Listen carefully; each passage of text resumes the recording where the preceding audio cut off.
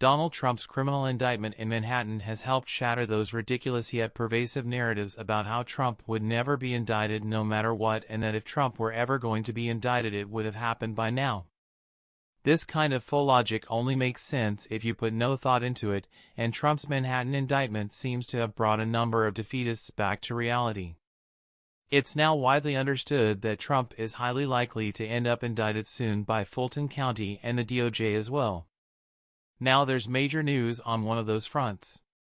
It turns out DOJ's special counsel Jack Smith doesn't just have Donald Trump nailed for obstruction of justice, he has him overwhelmingly nailed.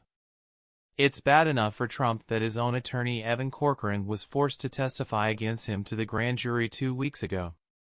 Now it turns out Smith has texts and emails from Trump's assistant Molly Michael, which prove that after Trump first received a subpoena ordering him to return the classified documents, he personally went through the boxes and decided what to return and what to secretly keep, before falsely claiming that they'd all been returned.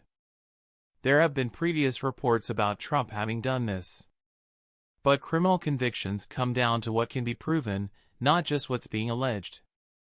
This evidence from Trump's assistant, as reported today by the Washington Post, is proof that Trump intentionally hid classified documents from the federal government even after they'd been subpoenaed. That's the kind of proof that lands you a conviction at trial on a felony charge like obstruction of justice.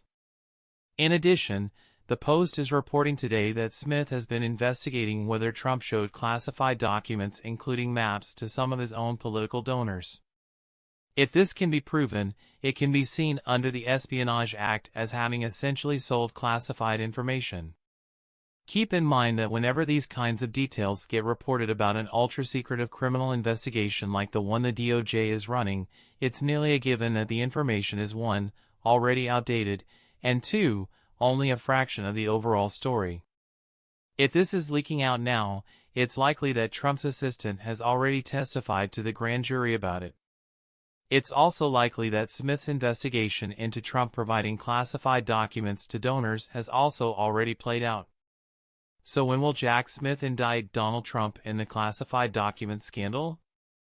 We still don't have any way of knowing for certain. But today's news helps underscore that an indictment will obviously happen, and that the DOJ is a lot closer to the end of its probe than the beginning. It's also important to keep the obvious in mind. Prosecutors know how to read a calendar.